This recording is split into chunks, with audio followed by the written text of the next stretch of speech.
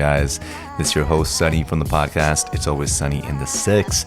Hope you guys are having a beautiful Friday and an even better day. The weekend is right in front of us right now. Today, bringing to you guys another new episode, and I'm joined by Marty. We dive right into it and talk about a variety of different topics. Of course, as always, if you enjoyed today's episode, make sure, to follow us and also to leave a comment and share the podcast in your circle and in your network.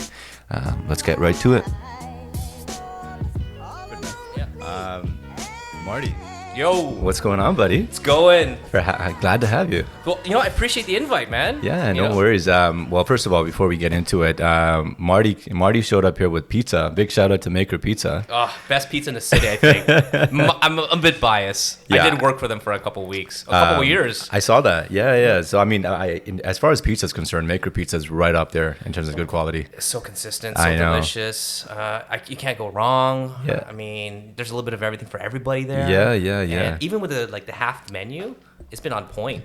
Right. And I work there. Well, they have a secret menu too, right? Not that I know. They do, but it's like drops. They drop it like on Instagram. Hey guys, we have Big Mac, or we have limited supplies, or like the square pizza. Okay. I was talking to the manager. Yo, Harsh, any more square pizza left? Nah, man, it's all sold out. I was like, Jesus, man. Yeah, if you're ever in Toronto, definitely check out Maker Pizza. Yeah, they got two. They got two. They're actually opening a bunch of locations up like Avenue Road. Are they? Yeah, it's just like a good. I bet that, man. Like, I mean, pizza's always going to be like it's always going to be a food item of choice, especially when it comes to delivery, especially when it comes to like late night eats.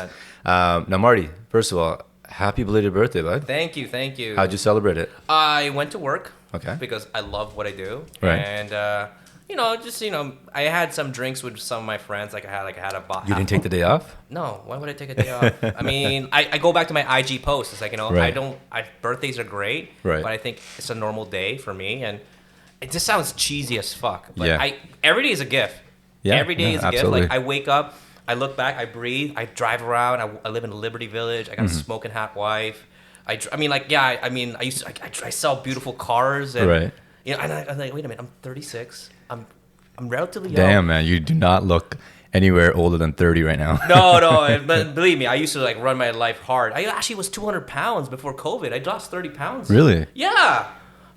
That was my journey. I was like, you know what? I'm going to take this time to refocus on my health and start integrating, workouts at home. No bullshit excuses. At least get half an hour in. Yeah. And I just started doing it. Body weights, and I started getting a pull-up bar, a kettlebell, some bands.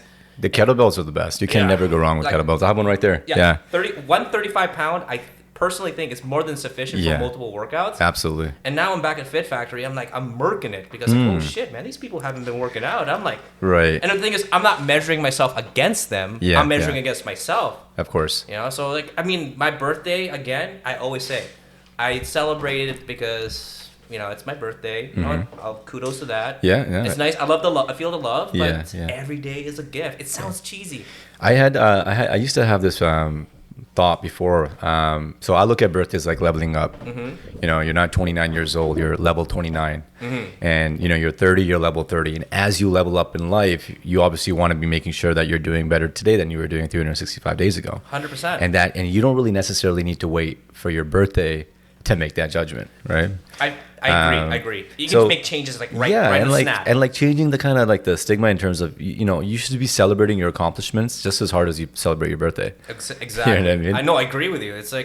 because I can't, and I thought about this. I can't remember the last time someone celebrates, let's say, a new job opportunity as hard as their birthday. You know what I mean? And so I've kind of started opening my mind a little bit more. Not that I'm looking for an excuse to party, because I always enjoy a good time. Well, that's the thing, though. It's that's another crazy thing. Is everything I'm reflecting. Right. I was like, oh my god, everything I wanted, and I remember posting this on Facebook. I did a flashback where back in 2017, in 36 months, I'm gonna be living here. I did it in saw that. I did it in 30 months. Yeah. And I didn't realize, oh my God, this is the view. This is my fucking view. And I realized, oh man, I was like, wait a minute. If I can do anything, if I can just put my mind to it, I'll do it. It's not the fucking secret. Yeah. I take a lot of inspiration from Gary Vaynerchuk. Okay. And, of course, he's a phenomenal human being. Yeah, and as soon as I said, guys, stop listening to me and start doing your shit, I was like, all right, I stopped. put him down. No more podcast, no more Daily V. As much as I go back to it when I'm like on edibles or I'm drunk, because I like to feel. Do you want some edibles? I have. No, I'm okay. good. I gotta be sharp tomorrow. So tomorrow's game day because Saturday's the biggest day for any car business guy. Okay. You know? And so speaking of cars now, so maybe give a brief introduction, Marty, of what you do. Oh, okay. Day to day. I know you got a lot of different things going on at the same time, but what's your primary 9 to 5? My primary 9 to 9 is like if I don't put in 50 or 60 hour weeks, I feel like I did nothing at work. Oh man. I sell cars. I work at Audi Midtown. I actually been selling cars for over 10 years. I started in Scarborough Mitsubishi 09 August and went to BMW, got fired, and then went to Maple Toyota, almost got fired but I stuck around there for 6 years. I got recruited from Mercedes-Benz Brampton. I mean, it didn't work out. I got fired there too. Oh, wow. And then I went to Volvo Toronto, and I said to myself, man, I got to stop losing. Yeah. You know, like it's like fighters, like a Jorge Masvidal. It's like, you know, man, I got to stop letting it leave me to the judges. I got to murk these motherfuckers. Right. So I said, you know enough to do what it takes. So just start doing it.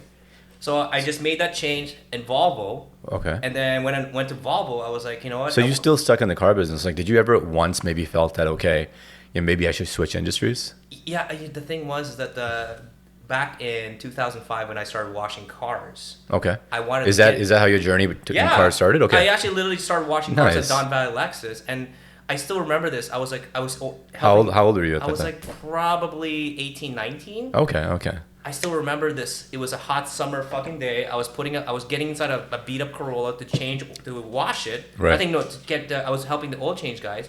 And I remember seeing like this two beautiful business women, you know, black like pencil skirts, high heels, and they were in sales and they were like so happy. And I said to myself, wow, that looks like a way better life than going in here and like a bunch of guys like saying fuck you. It's like, where's my cigarette? It's like and like it wasn't healthy being in the back of the shop. Right. And I was like, you know, I should try that out. The thing was, I did ask a senior guy. Who was like well-to-do in the Toyota community. Right. Hey man, you know, can you teach me how to sell cars? No, you're not smart enough for selling cars. You need to be college educated. Okay. You know what, man? Just stick to what you know. Just be a mechanic. I was like, okay. I didn't. Back then, I was a little bit more subservient. Right. I said, you know, I believed him. Yeah. And then I realized, wait a minute, this guy's no more smarter than me. But it took me 5 years to figure out. Right. And then he saw me again selling cars at this Toyota store, and I look back again. Man, that guy had the old mentality of famine. Yeah. You know, thinking that there's not enough to go around. Yeah. Listen, I keep bringing. I brought this up on my last podcast. The pie is huge. Of course. And if the pie is not big enough, you create more. Yeah. You know what I mean? Create more. And I think that your manifestation is huge. I know you mentioned it before. It's like if someone tells you something you can't do it, you can either succumb to it and be like, all right, he's right, or you can be like, fuck you. I'm gonna switch things up and I'm gonna prove you wrong, right? 100%. And this world and today's society has kind of proven that you don't really need experience, in the sense that you can get experience right away. Yeah, you just gotta be a quick learner. No, I agree. And the messed up part is like every knowledge we have is like the Matrix, because you can put a pair of AirPods on and listen on an audiobook at 1.5 speed and listening it twice at 2 speed. Yeah. You can actually retain all the information. It's like being downloaded right to your brain. Oh man, that's a good tip. Yeah. I got No, because that's what I do. It's like man, there's so much content. Yeah. It's like, especially like Joe Rogan. You got 4 hours of content twice a day almost. Sometimes even 3 times a day. Oh. And and like that Elon Musk one, and that Jordan Peterson one, and Ben Shapiro. I mean, they're controversial individuals, but the thing was, like, I would listen at 1 speed, 1.5, and 2 speed, just to get as much of that juice. Of course. And it kind of gets boring sometimes, so that's why you gotta mix it up with the music and like the occasional audiobook. Yeah. But the thing is, like, it's just like the more you it's like feeding your body and your mind. Mm-hmm. The more you feed your mind with these things, the more you actually figure out. You know what?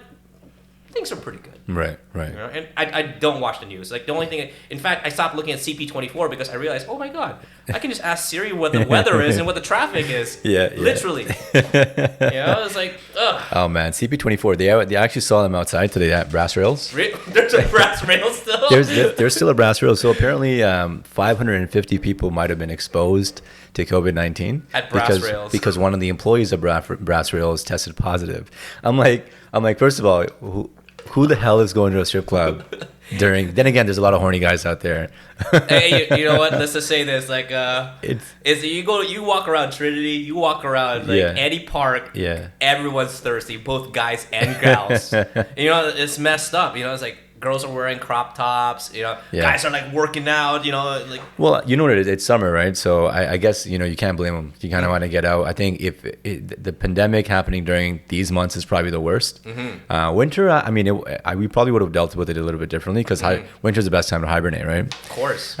So you are at Audi now, and how was the industry affected when the lockdown first happened? Well, let's just say because I mean, like guys like me in the office sector, we work from home, so there wasn't really much of a disruption besides the fact that we kind of changed where we're working from. It's messed up. Yeah. I'm gonna be upfront with you right now.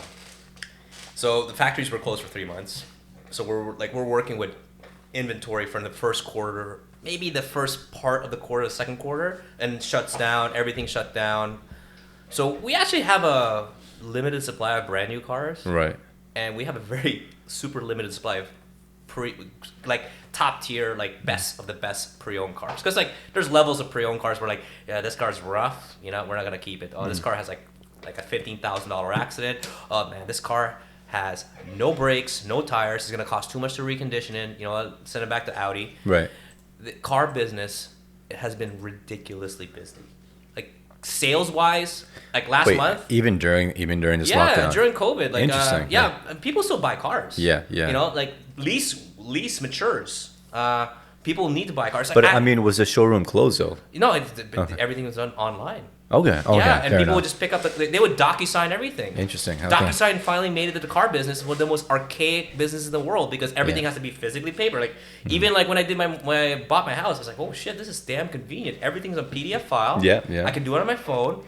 Now we're finally using DocuSign. I was like, oh man, this is great. Yeah. And not only that, we can I would tell customers like, we could just, hey, listen, this is the quote. Here's the monthly payments. This is what it's gonna cost you. I was doing that all the time. Yeah. It was kind of frowned upon because you'd have to bring the customer in. Let's just say this last month, I think I personally sold 16 deals and delivered 14 cars. Right. And the next person above me did 20 cars. And there's 15 salespeople. Not one of them sold less than 12. That's crazy. Yes. Yeah. And so the top one sold 30. Those are big numbers for a single location. Yeah. So let me ask you something. So working in the car sales business, what being a successful salesperson, and what's the one thing that you learned? What's the most important fundamentals of being a successful salesman? Not just for cars, but in general. It could be anything. Again, back from Gary Vaynerchuk. Right. As soon as I started realizing empathy is key. You got to put yourself in their shoes, but it's a two-way street. And you communicate to the customer, hey, I know you want to get your best price. Right. I'm a commission-based salesperson. As much as we've spent hours together, possibly more hours together, I will not be compensated until that car you buy rolls off the lot. All right? So everything I have to tell you has to make sense for you to do business with me. So if you hear something you don't want to hear, chances are that's the truth.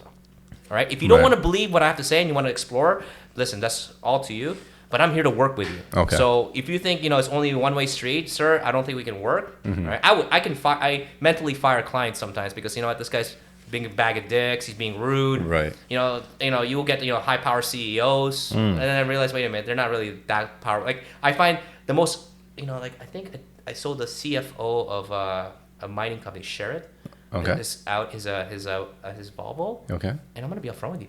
Nicest guy in the world. Empathetic. He's like, yeah, I know, guy. Listen, I just want to get this car for my wife. Yeah, She's been bugging me for this car. She likes this color combination. Right. Like, what can we do here? It's like, listen, there's a rebate here. You drive an Acura right now? Yeah.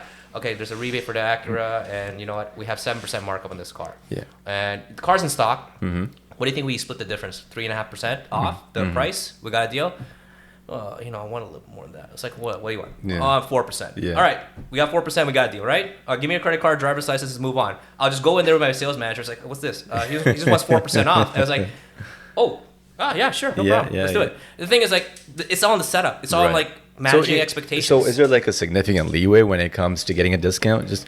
I mean, now that in the future, now that I want a car, I know who to hit up. Yeah, of course. yeah. No, I can hook you up with my boys Mercedes, BMW. I've been in this for a while. I'm more of a Beamer head. Oh, they're such nice cars. They're such nice cars. So okay, so that's great. So I think so empathy is huge and understanding. Yeah. The person that you're with.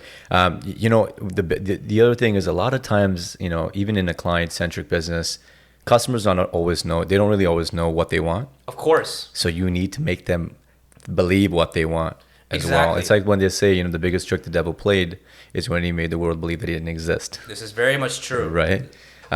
Because we do live in a very indecisive world. I'm very indecisive sometimes. Sometimes I don't even know what I want to do, and I'll ask. And impulsive. It's dangerous. It's quite dangerous how impulsive, how quick people are. So to judge, quick people to make a decision on just a minor impression, like a minor, minor expressions. Your quirkiness. Right. And the moment, you gotta know that audience is that, hey, Martin, like I'm talking to myself. Yeah. What can we do to get this person to at least trust what you're saying? Right. So let's just figure out where they're coming from. Right. Cultural selling is very important too. Of course.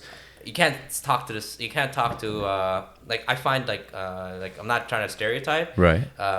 Middle Eastern people, they're very negotiating heavy, but of course they're also very trustworthy. And once they trust you, though, you are their brother. Right. Asians, very methodical. Right. Depends though. Like I think like Chinese people, Hong Kongese people, they're very on the ball with the money. Okay. And they're all about the discount. Right. And you got to get through that layer of because they're stuck with such density that they kind of like have that New York mentality where like they're only for themselves. But once you get over that layers of onions and like you get them to like you. Right. And at least get the chance, which is very hard because they're very closed-minded in terms of like, this is what I do, and this is just business. Why are you trying to be my friend? It's like I get it, and it's messed up because like and Canadians, they're just Canadians in general, very easy to work with. Just don't piss them off. Yeah. And the moment you can actually have them put them on your same wavelength, is the moment the salesperson can actually figure out a situation that makes sense for them. Right.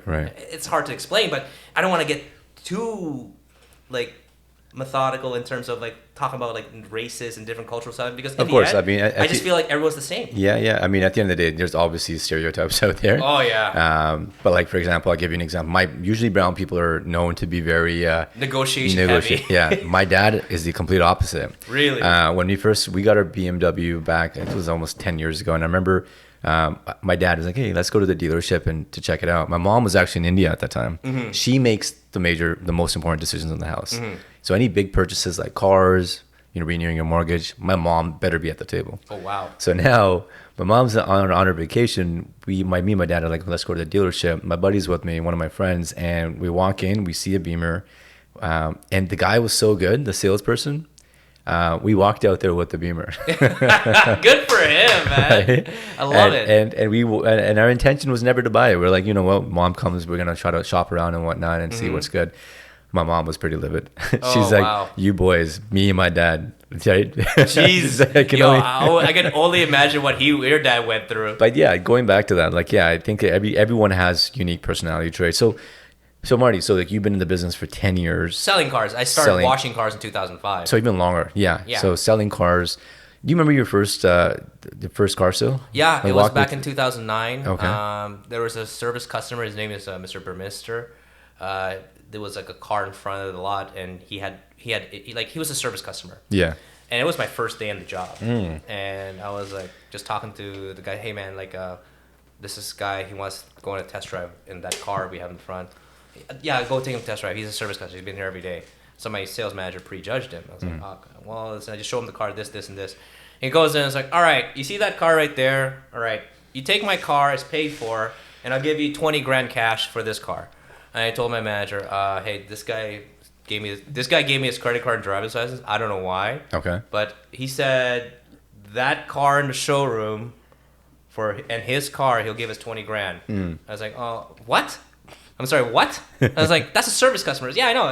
He gave me his credit card and driver's license. And he's like, he just starts looking at her, get me a salesperson. I'm not a salesperson. No, it's your first day, man. You don't have you're not even fully, your license hasn't even been transferred here yet. Yeah. And I was like, okay. And then next thing I know, I was like, yeah, we got a deal. And I was like, whoa. Oh, wow. Because it was a salesperson who actually managed the whole thing and said, hey, this is what we got to do. So you facilitated that transaction. Yeah, and all they did was just like, yeah, here's the car, sir. Here it is. What do you think? It was pretty simple. Okay. But and then I just realized one thing. Like my finance manager told me, Martin, you got a skill that we can't teach you. What? Right. You're really likable. I was like, okay, I'll go with that. But we'll see what we can do. And apparently, I look back now. I was like, I think likable is a very hard. It's a trait that not many people have. Yeah. Being agreeable is very hard. Being a guy, because you don't want to lock horns too much. What do you? Now, this might be a bit of an open-ended question or a loaded question, but what do you think makes someone likable? What are some? Is it? Like I, for example, our interaction with each other. I met Marty. We met at Fifth Factory. Yeah, we were at the lockers before COVID, before the close quarter area. So years ago, 2018 is when I joined. Big shout out to the Fifth Factory family. They kind of steered me in the right direction when it comes to fitness. But yeah, we used to do those morning classes with Jeff. Yes. 1, 2, 3, 4. Hey Marty, good job. You sound just like him. I talk to him almost every day. That's the thing. Yeah, I haven't seen Jeff for a long time, but those classes were great. And so Marty, we met there, and we maybe interacted once or twice. But I'm talking to you right now. It's the first time me and you are sitting together opposite of each other, and it's like an innate, normal conversation, as if we've talked pretty much every other day. It's not a loaded question. I just personally think it comes from the person within too, that they genuinely want to know that other person on the other side. And also it's being able to listen more than you can actually speak, because everybody wants to talk. Right. Everybody wants to talk about themselves. I love talking about myself. Yeah, people listen to respond. Exactly. People don't listen to actually understand and listen. Well, a lot of the times we might be talking and I'll be like, hey, by the way, you know what I mean? We interject each other all the time, and I see that more often than others. No, and the thing with that is that that requires discipline from the person to realize, you know what, it can't always be me, otherwise I'll be alone. Because the moment you realize that you have to listen to get ahead in life, and you use that, and that's a skill that has to be exercised every day. You automatically become likable because you listen. At least you're listening. I mean, you could be total like psychopath and be like okay, what can I do to use this person? And believe it or not, if you have no conscience and you're a bit of a, what do you call those people who are what are they, like selfish, or no, they're like calculative. They're not psychotic. But they have no emotions. They only care about themselves. They're sociopaths. Sociopaths. Yeah, so sociopathic people are very successful in the business world because they have one goal, what they want, and they have the ability to put themselves. But if they don't know how to put themselves in other people's shoes, they're gonna be not getting ahead in life a lot. And I find that some of those successful people I know always want to be likable because they listen. A good example is like there's this video of Ty Lopez meeting Elon Musk. Okay. And the whole time, Elon Musk just listened to Ty. Hey, how do you do this? It's like, and he realized, oh my God, I didn't get a chance to ask Elon anything. Fuck, and it's like, really. So you gotta put yourself in this situation where, like, you know what? How can I learn more? Right. How do we be likable? And likable is just being able to listen, and also, you gotta be true to yourself. In terms of if you want to be friends with someone. Why do you want to be friends? And if you start off on a very fake front, it's pretty obvious. A lot of times it's pretty obvious. Like, okay, what are this person's intentions? Does he really want to know how I'm doing, or is he just asking me how am I doing so he can tell what he did on the weekend? Exactly. Right? Because we usually ask those questions as a filler. Like, hey, how was your weekend? Oh, okay, let me tell you my weekend. It was fucking insane. We went to EFS and we got bottles and the bill was. You know what I mean? That's what happens all the time. People like to flex, and I think flexing is great. It's good for the ego. Yeah. However, I mean, there's multiple ways to win. Again, from Gary Vaynerchuk. But the thing is, to me, is that I find that you got to find your own happiness, and if you can't find your own happiness within you, which is very hard to find. Don't get me wrong. I'm not saying I'm happy. I'm working on it. It's a work in progress every day. Being happy. Everyone who tells me like, oh, how can you be happy? I count my blessings. That's one. Yeah. I also if I want to talk to someone, I want to ask them how they're doing first and see what's going on. Other than that, if I don't have to talk to anybody, I'd be quiet. I'd be playing video games or listening to Rogan or working out or talking to my wife. I love talking to my wife. She's so funny. And there's nothing wrong with that too. Like, I know plenty of introverts that don't really like socializing with people, but they're happy. Oh yeah. Right, and I think to each their own in that respect. Now we were talking about So years ago, I came across a picture of you, Marty. They used to call you Party Marty. Oh, how'd you find this picture? Right? Oh, Jesus. No, and a buddy of mine actually knows you. What's his name? His name's Samir. He's like, he used to be, because I told him I have Marty coming into the studio. And he's like, hey, wait, is this Party Marty? He used to be a photographer over at Century Room. Yeah, I used to be no, actually funny thing about that is like similar to the car business. He told me, oh, you can't be, it was a similar situation, like beautiful girls having a good life. Yeah. And I was a bar back at Seven Lounge. Remember Seven Lounge? Where was Seven Lounge? Richmond Street, right across inside, Money. That was the original entertainment district. Peter OG, Street. Pearl. I started there. This is London. Till. Oh, yeah. And what else was it? District. Yeah. Tonic. Oh, man. $2 drinks, tonics. Something crazy. And I remember a time, this one I used to smoke. You could smoke inside. I smelled like cigarettes. My mom hated it. And the messed up part was, I remember someone telling me, hey, man, how do you become a promoter? You're not cool enough to be a promoter. I was like, all right, cool. I guess I'll wait. And then one day, there's this person who was at the Seven. It's like, hey, I'm trying to recruit some people here. You want to promote? It's like, what do I have to do? Just, stand in the corner, hand cards, and get people in. And then that's where actually I learned one of my key skill sets of how to get someone to like you in the next 2 minutes. Right. And sincerely like you. Not like fucking like, oh, this guy's fucking fake. You can't be sketchy. Yeah. All right? Because you're taking their attention, their hard-earned fun time, and you're going to take them to a nightclub. Yeah. And I would be just walking people to the nightclub. Hey, yo, just follow me. I'll get you guys in. Blah, blah, blah, blah, blah, blah. Yeah. And then, I started on the street level. And then I realized, you know what? Actually, it's better if I just started using Facebook. And this is back when Facebook had invite all of your friends. Yeah, when Facebook first came out, actually. And I used to know, but actually originally it was Friendster I was using Friendster, Facebook, and then I started mass texting. Wasn't there another one? MySpace? MySpace. I didn't touch that. There was one more. Asian Avenue? My friends. I'm sure every community had their own little network too. Yeah, Black Planet. I remember my friend, yo, you gotta get a Black Planet account. Why? I was like, sure, all right. I was like, I don't know about this place. I remember Kanye West when he was rapping with Talib Kweli in high school college dropout. I was like, this girl from Black Planet. I was like, yo, this is Talib Kweli. I was like, this is a sick track. Oh man, you can't go with Kanye. Kanye's one of my top 3 actually. I'm a big fan. Yeah. I'm just not.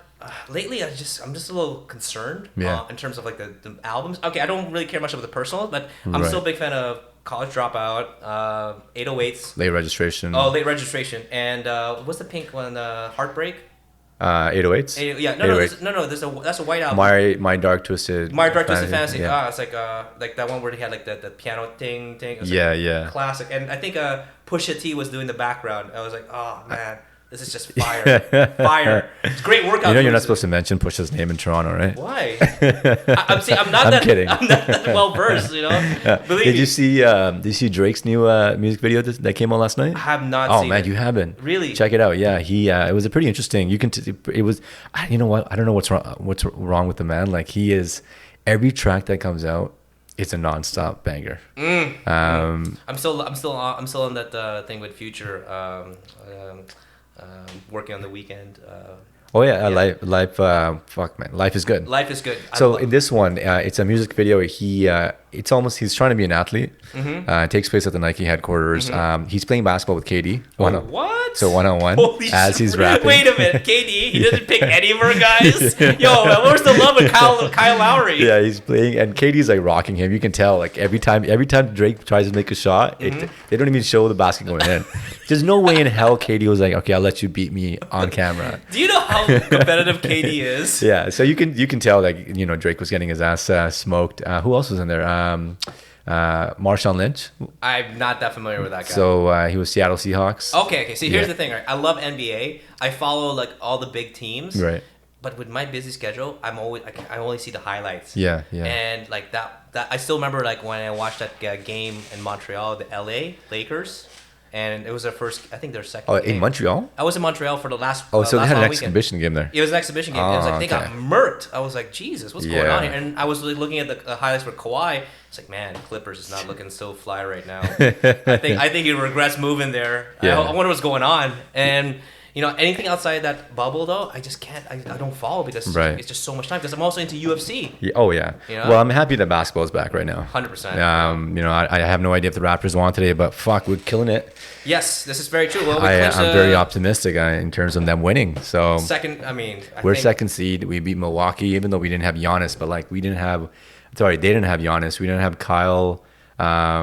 Kyle, Serge, and I think Fred. Van Vliet was. It was all bench last game, I heard. Yeah, it was all bench. Yeah, and like that's the cool thing about our team though, because we're not kind of focused on one set. Right. I think we have a little bit more balanced team. Yeah. And not only that, I think being a corporation, they have this kind of corporate mentality where like even though the COVID-19 happened, I still believe that they were still training, they were still working out. Right. They were, because like.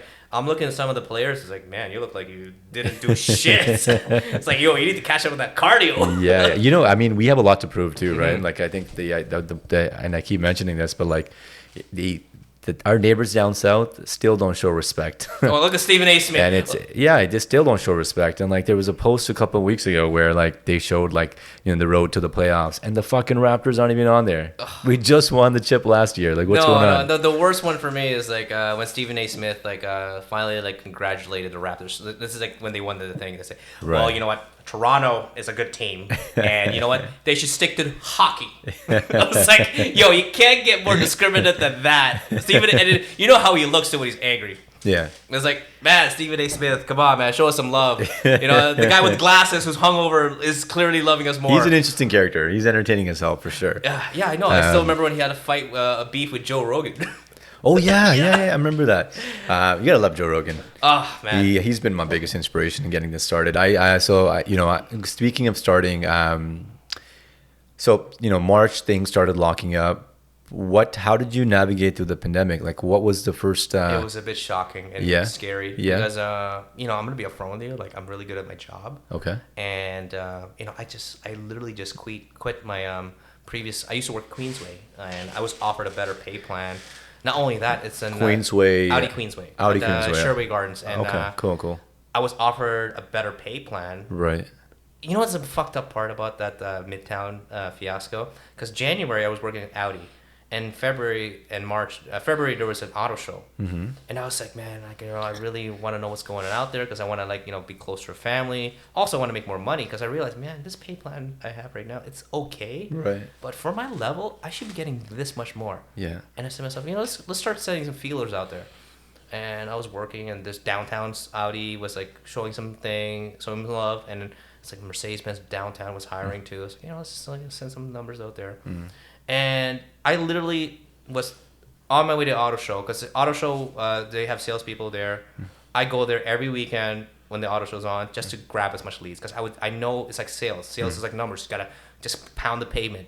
Just be out there, put your face out there, give your hand out your cards, follow with everyone. Right. And I realized it's Sunday and it's the last auto show of the week. I said, you know what? I'm tired. I'm gonna do it. My wife says, just go. You never know. Somebody might want to buy a car. Right. I was like, you know what? You're right. I'll get a couple hours. At least I'm doing something that's pushing the needle towards my goals, which is meeting clients. And the next thing I know, I just talked to someone at Midtown. It's like, hey, you're Creeshow. It's like, yo, man, what's up? How you remember me? I was like, we talked about this last year. I was like, yeah. I was like, yeah, you're Midtown, right? Yeah, I'm at Queensway. Hey, man, how's everything at Midtown? Oh, it's good. Actually, what's crazy? We just lost some heavy hitters, and we're trying to find some talent. You looking for a job? I was like, back in my head, it's like, I've always, like Midtown. I never thought of going there because that is the best store with the best pay plan, and it's right beside Markham and Scarborough where my family lives. And I'm like, oh my god, that's ideal. And then the next thing you know, he said, you know what? Give me your email. Let me email right now. Sunday at 5:00. Monday morning, I get an email from both the general sales managers. Hey, when can we meet? Thursday, they said, let's just do this, man. You got the job. I was like, yes. And I was like, and when I started back in March, I was like, shit, man. Like things, I don't listen to the news, so like things shutting down was brand new news to me. So you started in March at Midtown of this year. Yes. And then lo and behold, COVID hits. March 15th, there's a lockdown.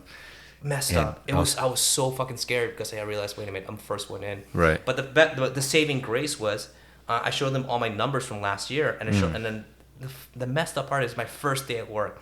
my first day at work, they're just showing me around, like doing normal orientations. But my license was already transferred. Okay. So I was like, all right, hey, by the way, my first day at work, my OMBIC license better be transferred. Why? Because I want to be able to sell a car to anyone who walks in that door. Wow, you really want to sell cars? That's why you hired me, right? I was like back then, I was like, and then lo and behold, it was like I was there at 9:00. And the store closes at 8:30. Okay. And 7:45, this guy walks in and is like, hey, I'm just here to look at a car. I want to test drive a bunch of cars. Sure, no problem. I need to test drive the A3, A4, A5. Cool, let's do it right now.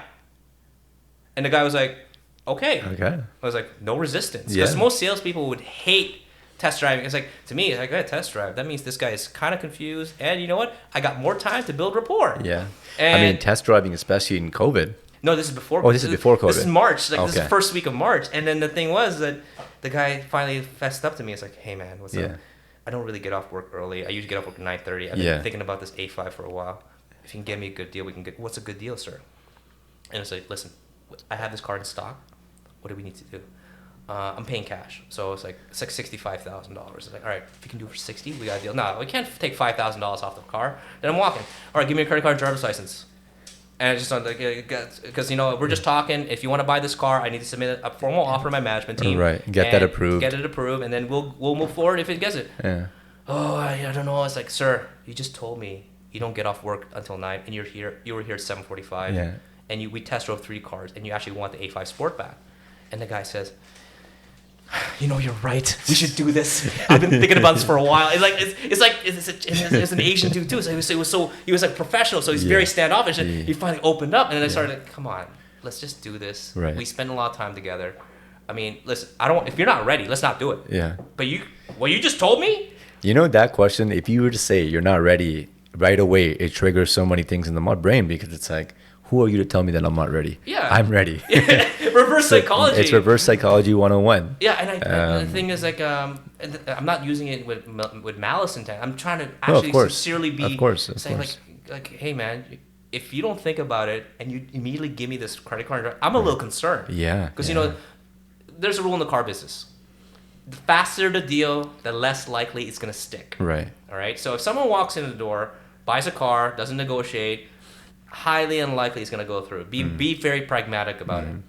The longer the negotiations, the more the person asks this question, the more he invests time in you, the more likely that deal is going to stick. Of course. Yeah. It's we can translate that into your individual decisions too, right? Because here's the thing, a lot of times in life we make decisions where, the more you think about it, and this is a common term that's been brought up, analysis paralysis, you end up not doing it.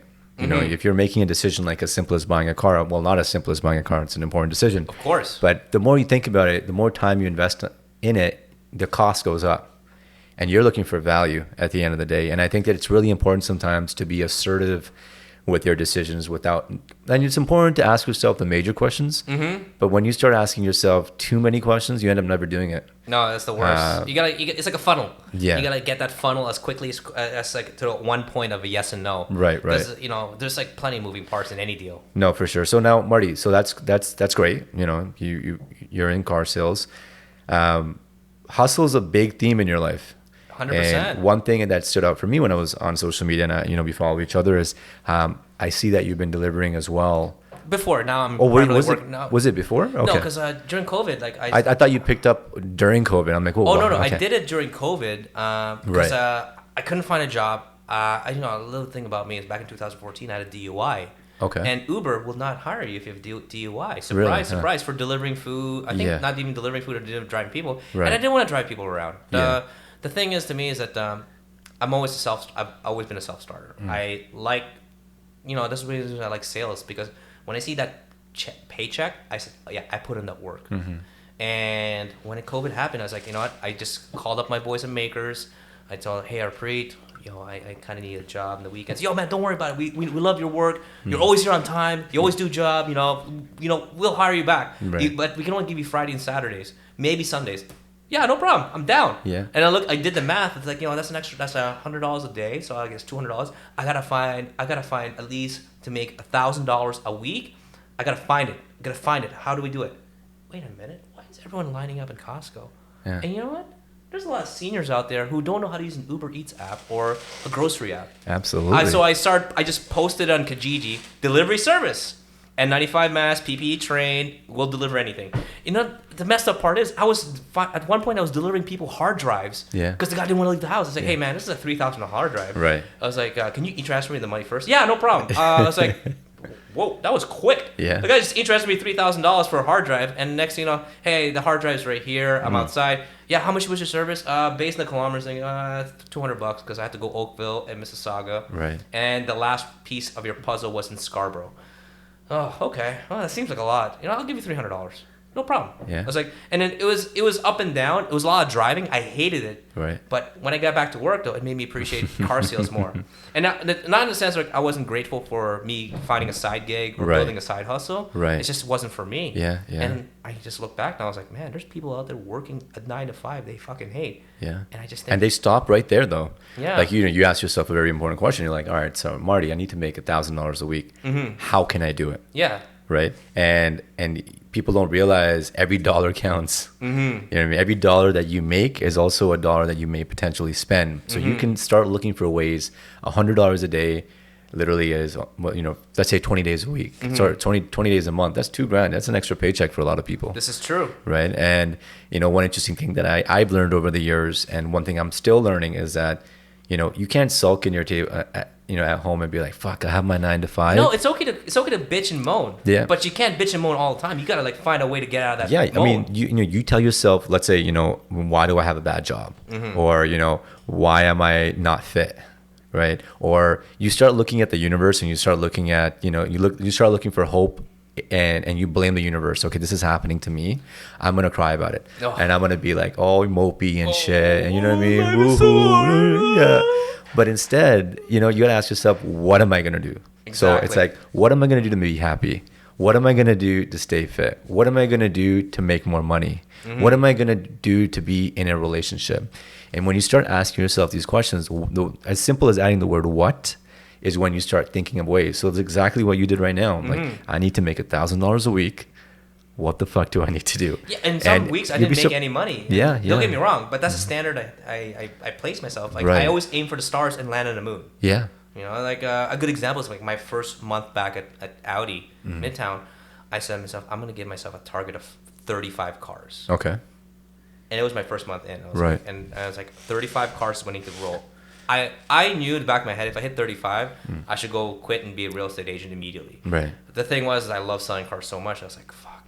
It's gonna be hard. Yeah. And then next thing I know, I was like, all right, let's just do it. Every day I would write post to myself, all right, Martin, we're 10% to target. We sold 2 cars today, 10% to target. And I just posted there. I wouldn't post in social because I feel like, when you post in social, you're like stroking your ego, but you want to light that fire under your ass. You just put in your face like, listen, motherfucker, you're this far from 35 cars. And then I look back now, holy shit, I did 16 writes and 14 deliveries. And on my first month, and I was like, that's not bad. And 4th place in a Midtown, Audi Midtown is one of the best stores I've worked for. Where's that located? DVP in 401. And okay, yeah, I drive by there. Every single salesperson is a fucking killer. Nice. Not in the sense of they're gonna rip you off, but they're really good at their jobs. Right. Or they're just determined. Like there's this lady there. She's like, I think she should. Maybe do some edibles or get. She needs decaf. Yeah. She needs because sometimes she's. Well, talking. if she's interacting in edibles, kudos to her because I don't do shit. No, most people don't do shit. Actually, one time I accidentally ate a very small cookie. Okay. And I didn't know it was edibles. And my friend said, "Oh man, it's an edible." It's like shit. You got 5 hours to go in your shift. And I went to work, and the thing was I was just like. Man, it's so chill. And then everyone was like, man, Martin, you're quiet today. Yeah. And I'm like, this is me. I just nodded. It's the new Marty. And then the next day, I was like, I told my guys yo, man, what the fuck was that, man? Yeah, I was out. The thing was good sleeps, man. I take one square edible, a candy bar. Yeah. Right before 3 hours before I go to sleep. Right. And it's magical. I'm gonna be upfront with you. I freaking am happy I discovered THC. Yeah. Well, I mean, and the beauty of it is in Toronto, every time I go for a walk, I see a new business opening sign for a cannabis shop. There's 4 dispensaries opening up in this neighborhood alone. I do like the fact that there's people who just delivering it to your house now. Yeah. Like Weed Maps it's so clutch, especially on the weekends. So cool. So okay. So I when it comes to I guess this is a question that we kind of all ponder on. You seem like a very positive person, Marty.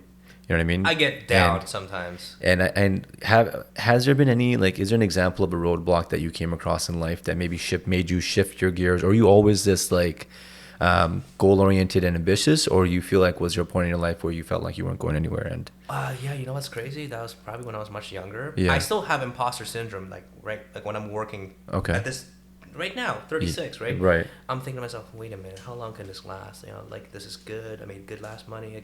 I'm making good money now. Right. And I was like, wait a minute, like life is too good, because I'm thinking I got I got a beautiful wife. I got a smoking hot place, and I live in Liberty Village. I've always dreamed. Right. Everyone's healthy.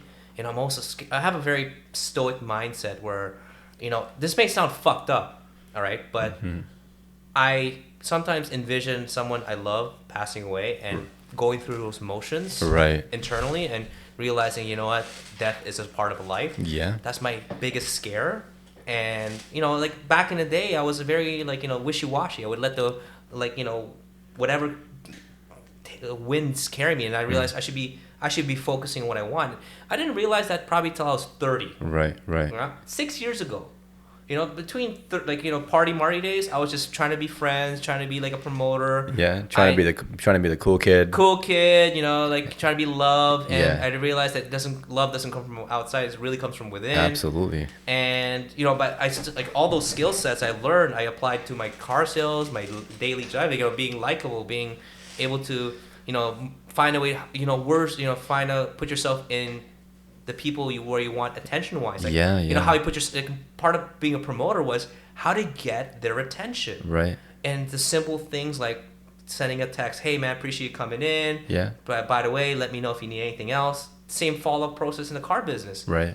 And to go back to your question, it's hard because my biggest concern now is death. Because at 36, right.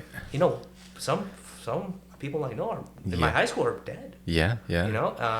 I mean, I've had my fair share of experiences this year with death, and I think that I actually talked about Stoicism, and that was a concept that I kind of wasn't too familiar with until I don't know if you know Duncan Trussell. He's a friend. I've heard of him. Yeah, Duncan Trussell. He's the one who was wearing a mask at Joe Rogan.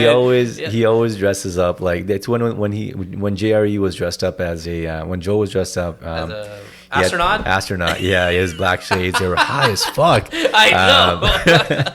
So Duncan actually on Netflix, he has his own animation show. It's an adult cartoon called The Midnight Gospel. Really? If you listen to podcasts and you enjoy them, watch this. It's really good to watch. Have a spliff. Be open-minded. So what it is it's literally podcasting, but there's a visual element to it, and it's a cartoon. Really? But when you listen to it, it's an actual conversation happening. Oh. It's kind of cool. It's pretty innovative. But I do like the JRE cartoons on YouTube's. Yeah. So this is very similar. So they talked about death and Stoicism, and I think that us as a society, like we don't think about death. We think that death is something that will happen to others, but not us. Everyone's living like they're gonna get out of this alive. And the thing is, it's a fucking brutal and harsh reality check when you start thinking about your own death, because then it gives you a state of panic, like in the sense that, okay, well, if I knew that I was gonna die tomorrow or am gonna die tomorrow, what do I need to do today? How would I live my life today? Now, I feel like that's a very slippery slope, because you don't want to get too like those motivational people like, oh, I don't want to be like that. Yeah. Well, you don't want to go. You also don't want to be a hippie. Of course. And then a full-fledged hippie without any priorities, because the thing is, we all have an expiry date, but we don't know when that is. Yeah. So if you're someone that's living your life with an expiry date, thinking it's tomorrow, but in reality, you're not going to die until you're 80. Knock on wood. Hopefully, we all don't. Oh, I think I plan to live to 130. Yeah. I mean, I think with the technology we're living right now. Oh yeah, for stem sure. Cells, I personally think if we eat right, 100 is the goal. 100 is easy. Yeah. I think if you can do 130, that'll be amazing. I'm talking about not like in a wheelchair. I'm talking about walking around. I see like some old people at Fit Factory. I'm like, good for you.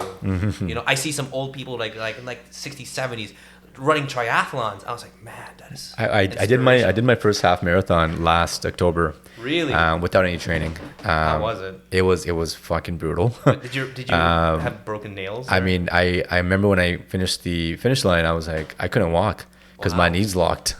So I was literally like, it took me forever to go from one corner of Dundas Square to the other. City Hall. I ended up having to get a cab. But now, like yesterday, around 11 kilometers, you got to train for this kind of shit. You have to kind of be, make sure that you don't injure yourself. But I remember when I was running and I was at like the 17-kilometer mark and we were by Fort York. In front of me, there were these two older gentlemen, like grandfathers. These Sikh older men with their long white beards. You could tell they were in their 80s or 70s, right? And they were ahead of me. What? And they're ahead of me, and here I am panting, dying, sweating. I'm like, why the fuck did I sign up for this? Do I turn around? But then there's still a wave of people coming. I'm like, Sonny, just shut the fuck up, look at the ground, and just keep moving. One step at a time. And it's mind over matter at the end of the day. But that was a reminder. I'm like, I think priorities right now have shifted for everybody where health is so important, health is so critical because you want to live a long life. This is true. It also comes down to who you're surrounding yourself with. Right. I'm a firm believer that you're the average of the 5 people you hang out with the most. Okay. So like my circle of friends are very tight now. Right. And I don't want to sound like... Well, extend it to 10 because of COVID. You got your 10, circle of 10. Yeah, usually like that. No, but like I'm just saying like there's always... You're right. Yeah. There's always like 5 people you talk to the most. Of course. I just find that when I start making that shift of friends who are winners... Not like they're not all like making like bank. Some of them are winners in the sense like they're good people. Right. They're good to their families or they're just good persons.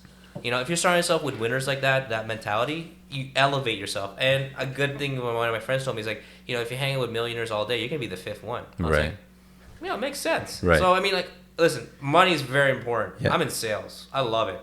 So I try to hang out with people who are like usually like, who's out there going for it, like right. going hard. Right. Are you familiar with Casey Neistat? Yeah. So can you explain that for the listeners that don't know? Oh, Casey Neistat had this amazing vlog trip from 2015, 2016, I think, and he was a New Yorker. He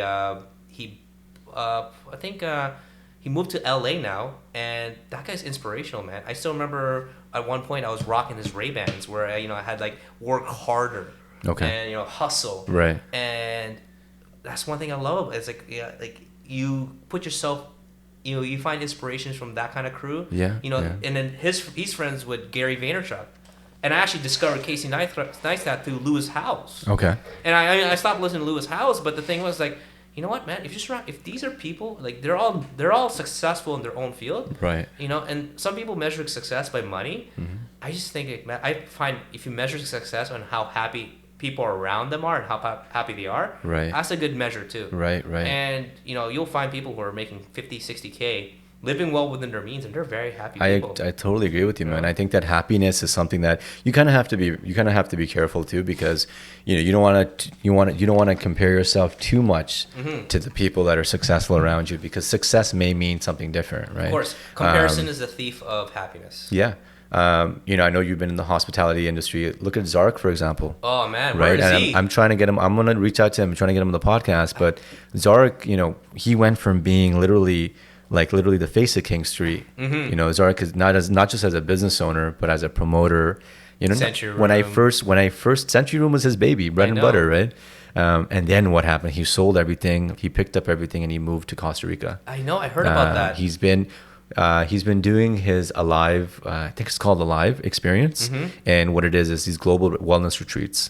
And so, it'd be interesting to get his perspective on why he shifted gears from, being a very materialistic person and wanting to have material things in your life to now understanding that materiality is nothing. Materiality is an illusion. Of course. You work your ass off 9 to 5 to be able to buy things. Right, and when you buy these tangible things, it's great. Sometimes, honestly, shoes make me happy. You should talk about my wife and her her aspirations to get a Birkin bag. I love it. Yeah. I mean, my wife's Vietnamese though, so she. There's nothing wrong with it, right? No, there's nothing wrong. But I think I've learned that experiences are just as important. Where you have, there's certain experiences that you have to buy, whether it's traveling. I know traveling's kind of been knocked down this year. The good thing about this country is it's the size of a continent, so we got different time zones. Fucking right. Yeah. And I sold a car to one of my friends, Kathy. She's a travel nurse. Right. I love her Instagrams because she's a Yellowknife, White Horse, these beautiful parts of the countries that I think are underserved in Right. terms of visual splendor. Right. She's right now in Nova Scotia, I think, Okay. and her patio is literally by the ocean. She's eating every day breakfast. Yeah. Atlantic Ocean. And my God, like she's a travel nurse, and like if I wasn't friends with her, it wasn't for social media, I would not know how beautiful this country is. And this is why, like when I went to Montreal with my wife last week, we did like the 4-star hotel, Boda Boda. Boda Boda is one of the best places to go for a massage and like Icelandic. So was this a resort that you guys stayed in, or a hotel? No, we went to Hotel La Renaissance, and we went to Boda Boda, and then we Nice. just went for like a simple dinner. It's messed up. It's like like small dinners here and there. Like a dinner in Canada is anywhere it's the same in my personal take. Yeah. But the thing is, it's all about the experience. But the Boda Boda experience was great. We had a Interesting. massage, Yeah. steam room, cold room, sauna, and and the thing is that the rules there is that no phones. So Okay. we got a chance to actually talk and be like typical thing in a pool. You throw your girl at the pool, or you're like she's like carry me. It's like nope. Yeah. Take her to the cold part. Throw her to the cold one. And she's Yeah. like fuck you. Yeah. And it was so relaxing. And I get the experience because if it wasn't for that, I realized one thing. I haven't been taking enough time because I work 60-hour, 70-hour weeks. Right. That I haven't been taking my days off and spending that TLC with my loved one. Yeah. And like when you're married, you're building something with someone, and you're obligated. Yeah. No. Like you're obligated to make sure you take care of that person. Yeah, of course. Whether it be food or mental well-being. Mental well-being is just like just communicating with them. Right. Well, that's one of the most successful relationships is like when you make the decision to make someone your partner, that someone is you at the end of the day. So I think priorities do shift where you want to make sure you don't start thinking about yourself. Priorities are like that person is so much just as important as you are at the end of the day, if not more. I personally think, I don't know anything about marriage. I'm new at this. How long have you been married for? I met her March 2017. We got married officially July 6, 2018. Oh, wow. So you guys got married in less than a year? Yeah, because she was leaving the country. I said, look, listen, just get married with me. Because she was leaving for Vietnam because she was on a expired student visa. Wait, what? Wait. Turn on. Backtrack here. So, okay. First, this sounds like an interesting story. So March 2017, like typical Marty, Party Marti mentality. Like, I had Tinder, I had Bumble. Right. I was paying for it. I was paying for it because I was trying to get as much swipes as possible. Right. And to me, all I want to do was just get pussy. Right? Like, hey, listen, I'm a guy. I like. you're honest, name me one guy who doesn't want it. Like, okay, listen, guy, if you like boys, there's no problem. But the fact is, like, I was all about just slaying. Right. And I was like, shit, man. I was like, and the thing was, I took that promoter mentality, the car sales mentality, where I always follow up and try to book the appointment. So like I super liked her, and I was like, hey, blah blah blah. It's like, what are you doing this weekend? I was like, hey, you want to go for a drink? Thursday we go to locals, not locals only, but it was before Ruby Soho. What was the place called? Fuck, I know what you're talking about. Right at King and Portland. Yeah, King and Portland. At the corner of King and Portland. Yeah, it's not Kiwi. It was after Kiwi. Starts with a P. Portland House. Portland Variety. Portland Variety, yes. Yeah, so we were at Portland Variety having a drink, and then, it was magical when we went to Addison's. Right. In fact, Chris Rain took our first picture together, which we have in our house. Oh yeah, Chris Rain. Yeah, Chris Rain. Like, is he still? He's still hustling hard, and I still remember, like, Chris, man, thanks. And I got the picture, printed it out. It was like a magical picture. And, we're playing Jenga. And, like, I still remember that moment, Jenga. Hey, listen, if I win, I get to kiss you. Oh, wow. And, we had, like, 2 drinks in, so we were pretty chill. Sure. And the thing with me is, the back of my head is, like, I just wanted to just fuck her. Right? Like, get, like, like, this is just another girl, another thing. The thing was, I didn't want to at that point because, like, man, this girl's so fucking cute. Yeah. And she was so quiet. I was talking too much. And, it wasn't until, like, next week. I was working at Nostalgia with Rex and Brock for taking pictures. Okay. I told her, hey, you should come out, blah, blah, blah. Right. She comes out and hangs out with my friends at their bottle service. We ended up making out and hooking up that night. Okay. And then... a week later. You got married a week later? No, not a week later. No, a couple. I think towards the end of the week. Right. She told me I asked her what's going on with your life. I was like, well, I'm leaving because I'm done. My student visa expires. I'm still going to school. Let's just get married. Oh wow. I just said it like that. It wasn't romantic. Right. There was no going down. It was my mom's basement. It was like in my mom's house. I was sneaking her in. So what made how confident were you in your decision? Obviously, you were confident enough to say, "Will you get married?" Because she was attractive. Yeah. She was beautiful, and I liked her a lot. Right. I didn't have much going on for me, but I do know one thing. I really like her. Yeah. And he said, you know what? If she's leaving the country, let's swing for the fences and just go for the win. Right. And I won, in a sense, aim for the moon, aim for the stars, aim for the sun, and land on the moon. I landed in the sun, and we lived together for a year, and until a year later. I think July, last week of June, her mom was coming from Vietnam. I said, you know what, let's just take this opportunity to just get married. And the messed up part was I didn't have a lot of money, so I just I said, let's just go to City Hall and get married. We got married in City Hall. It was super last minute. I booked it a week after her mom came. Okay. Her mom was there, my mom was there, and my best friend Melissa was there. That's it. My sisters weren't even there. Yeah. You know what I loved about it is because you know what, it didn't matter because these people who showed up actually mattered. I mean, that was a bold decision, first of all. So kudos to you. Thank you. And you guys are still together. 100%. I mean, look, don't get me wrong. It's tough.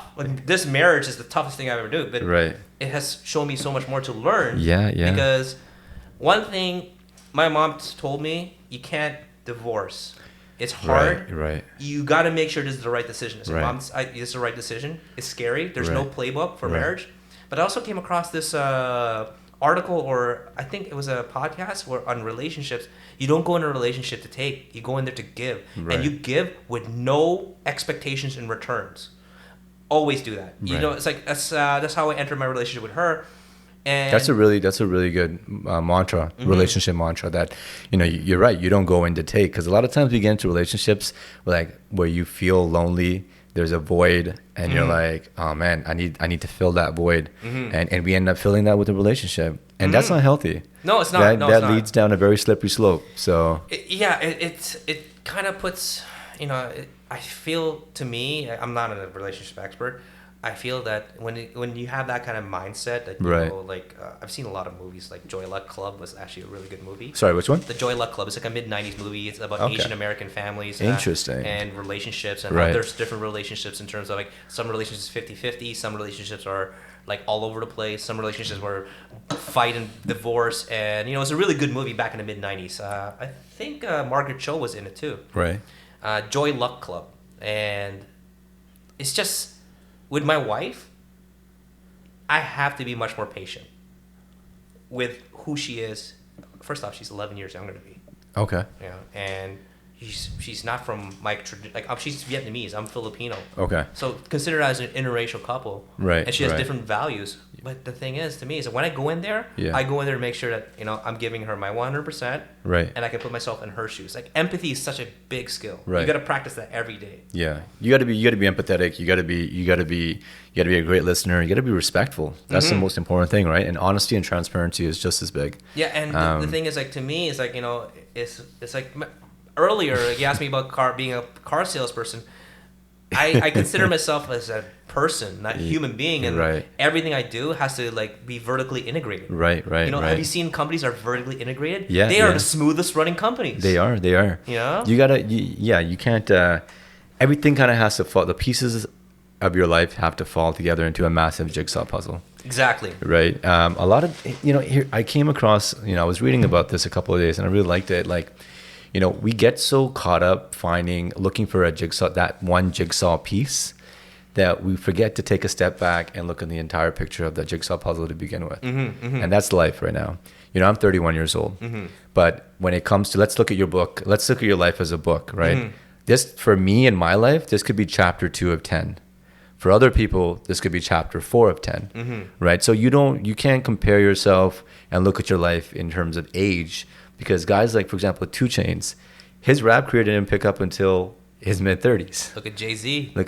Yo, he's a billionaire, man. He's a billionaire, you know what I mean? And it just said, and that really stuck with me. And I'm like, everyone's chapters are very different. Some people are at the age of 22 are on chapter 8 of 10. Yeah, one of my coworkers, he's 23. He's making as much money as I am, and it's like to be a top-tier salesperson, car sales, you'd be making $100,000. This guy made $130 last year. 23. Yeah.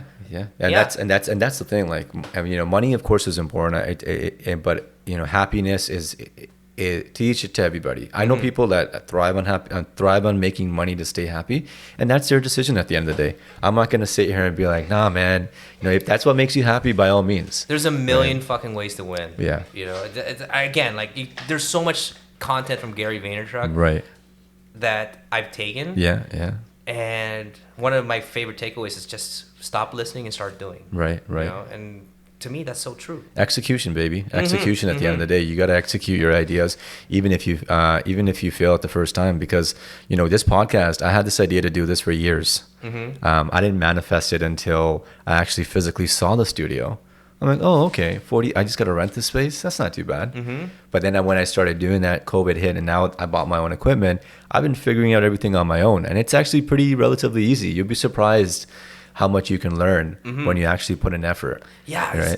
it's crazy how easy things are that we mentally create these barriers. Yeah. A good example is me losing 30 pounds. Yeah. I lost 30 pounds during COVID. Yeah. Okay. I was 210. I'm 178, 79 now. I'm floating, but Well, kudos to you, first of all. Yeah, thanks. And what happened? I look back at my pictures. I look back at myself when I was because you were going to Fit Factory for some time too. Did you gain weight afterwards? I was still 200 pounds during Fit Factory. Fit Factory is great. Right. It was primarily diet, lifestyle, stress, and what was I consuming? Right. A good example too is just also consistency. Getting abs. Getting a beautiful body is easy. The hardest part is the execution, which is the discipline to eat, right? Not overeat. Eating is so important. And also exercise. Just staying disciplined at that. Right. And one thing I promised myself... So you exercise every day? No, I exercise every other day, maybe sometimes twice a day, Okay. like one in the morning, one in the evening, sometimes. But right. for the most part, I try to get one in every other day. Yeah. Okay. And I try to keep a low intake of food. Right. This may sound messed up, but I still where I work at Audi, I bring those spring mix salads. I bring one spring mix, one box arugula, one box of baby spinach. I put it in the fridge, and I get olive oil and balsamic vinaigrette at our office. Yeah. A little bit of feta cheese and no feta cheese, man. And some cherry tomatoes, and I just have a bowl. Yeah. I make a salad every day, and I'll just go maybe cook some chicken at home and bring it there. Right. Or my favorite is actually beef shawarma. Just get the beef and just put that in a salad. It's so delicious. Yeah. And I eat that, but don't get me wrong, I still eat some dirty things. Like Maker's Pizza is my favorite thing. There's this place called Fat Ninja at Kennedy and Steeles in Scarborough area. What the hell's Fat Ninja? Fat Ninja, oh my god. Yo, bro, it's fucking crack. It's like pork katsu bun on rice, or you can have this pork sushi rice, and it's like freaking delicious and savory. And then you have like the chicken breast one. You can have the dark meat. And oh my god, if you guys I wish you guys could see Marty's expression because he just lit up. Yo, Fat Ninja is so bad. I gotta check this place out, man. Yo, it's so good. And the thing was the guys introduced me was the detailers, the car wash guys, and I started washing cars in Audi, and I always have so much respect for those people because that's where they started. And you know what, man? Maybe every other week, I'll buy them lunch. I'll drop $100, $150 a week. Because these guys are putting in work. Marty, Bow Chicka Wow, this is I don't know if you had the chance to listen to other podcasts, but I have a speed round, Sunshine speed round, where kind of get to know you a little bit more, kind of, ask you a few questions. Try to answer these questions as soon as you can. Okay. Try to be less than 10 seconds. Easy. A lot of times my guests struggle and we get right into a conversation, which is fine. You ready? Yeah, hit me in the face, man. Yeah? All right, let's do this. Who was your favorite superhero and why? Favorite superhero? It would probably be Batman. Batman because, he's a human being surrounded by superpowers and he's using his brain and charisma. And don't get me wrong, he's still he still can hold toe to toe, but he usually mostly his smarts. Yeah. Okay. You meet up with Elon Musk and he sends you to Mars. What's the first thing you think you'll do in Mars for fun? For fun, I'm gonna take one of those dune buggies and probably just hopefully they have enough power to go mudding or going up in the hill, something like that. Or maybe take that opportunity to do skydiving. in Mars. Oh, okay. Yeah, because there's the gravity is one fifth. The thing is, there's no gravity in Mars. I know. So it'll be fun. But the thing is, I'm scared of going. I love Earth so much. It's so scary. Yeah. So I'm gonna find a way, and hopefully have that knowledge of Matt Damon in The Martian, where I can. Yeah, that was a good movie. Yeah, that was a great movie. Okay, what's the one thing you own you wish you didn't? One thing I own, I wish I didn't. Oof. That's gonna be a tough one. I love everything I own. And for every question you pass, you're gonna have to take a shot of something. Oh, okay. After the podcast. One thing I owned, I wish I didn't. We can just tally this I up. didn't buy all this meal prep plastic containers at home. I'm trying to get rid of them, because I'm not a fan of plastic. I like glass now. Right. For storing my foods. Oh, really? Okay. Yeah. That's it. That's the only thing I really regret. Next question. If your plane was about to crash, who would you want sitting next to you? Who I want sitting next to me? Nobody. Nobody? Okay. No. Yeah. That's an answer. My loved ones, if my loved ones will outlive me, then I'll accept that. But I wouldn't want someone to die with me because of that. Right. That's an honest answer. Yeah. A good example is that with Kobe Bryant, I told my wife, hey, listen, I really think if we have kids and we're traveling the world, we take 2 separate planes. Yeah. Just like R.I.P. Kobe. Yeah, I know. Yeah, it's devastating, man. It makes me sad every time thinking about it because, I can only imagine the last words, holding your daughter in that moment. Yeah, I know. And you know what I mean? Like not being able to do anything, and it's fucked up, man. No, and such a sad story, so tragic. But the thing is, going back to earlier in the conversation, death is a part of life. Of course.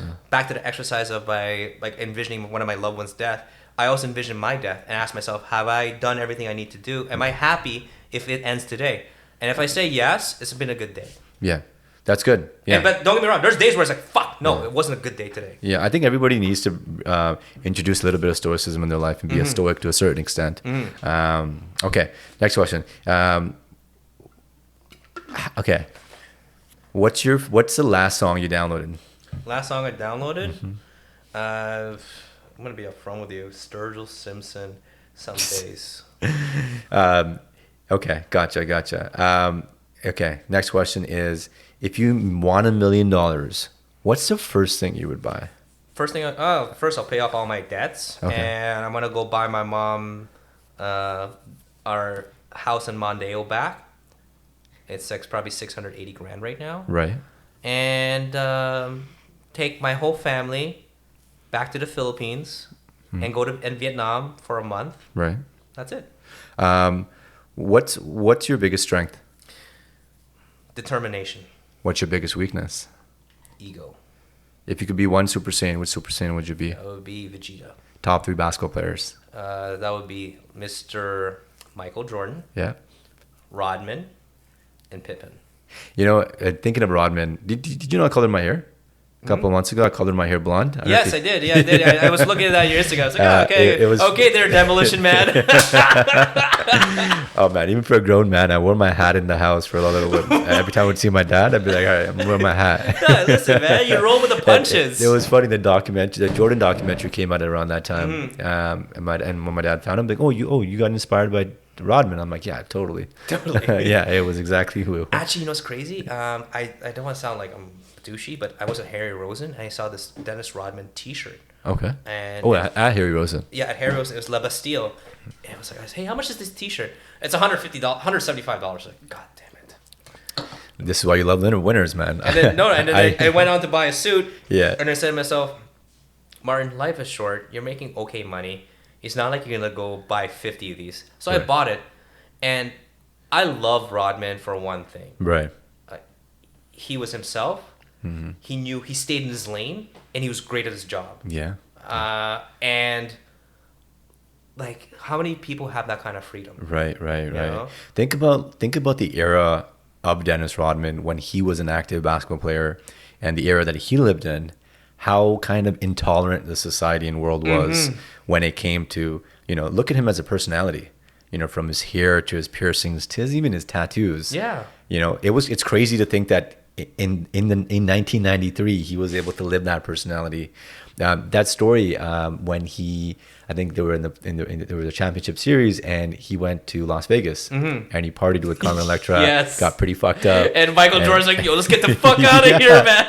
It's so interesting because like you have to be authentic, and you have to be like, you got to feel free, and you got to be yourself. And I think that oftentimes you get so caught up on being judged or feeling that we're being judged that we truly don't get out of our boundaries. And I'm like that in my life right now, where I don't really care. I mean, I do care about what the important people in my life think, but if they're important enough to me, their thoughts on me are genuine considerations at the end of the day, right? And the thing is with Rodman too is that he showed to the world that just because you're wearing makeup doesn't make you a chichiman or something, you know? And just because you're doing this doesn't make you like weird. You know, he was great at his job, and he not only that, he was an authentic person. Right. Let's just say this: how many people can say he's a friend of Kim Jong-un? I know. You know, right? like that is messed up. Yeah, he was on Mike Tyson's podcast. He was talking about how like he has a flip phone because like his smartphone, he's worried that it's being tracked. It probably is being tracked by like the CIA and the FBI. He has a flip phone that he uses, and to have that kind of casual relationship with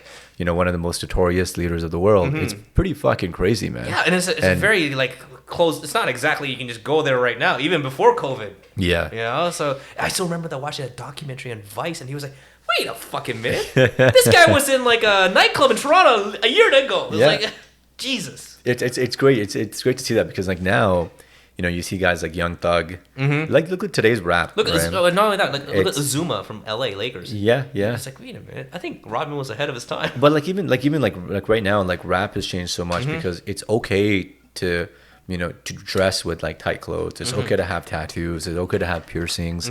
I would say that like look at like Young Thug or Lil Uzi Vert, that like metrosexual kind of personality. Yeah. You don't have to be thug life and all that, right? Well, yeah. I mean, before Drake, look at Drake. Yeah.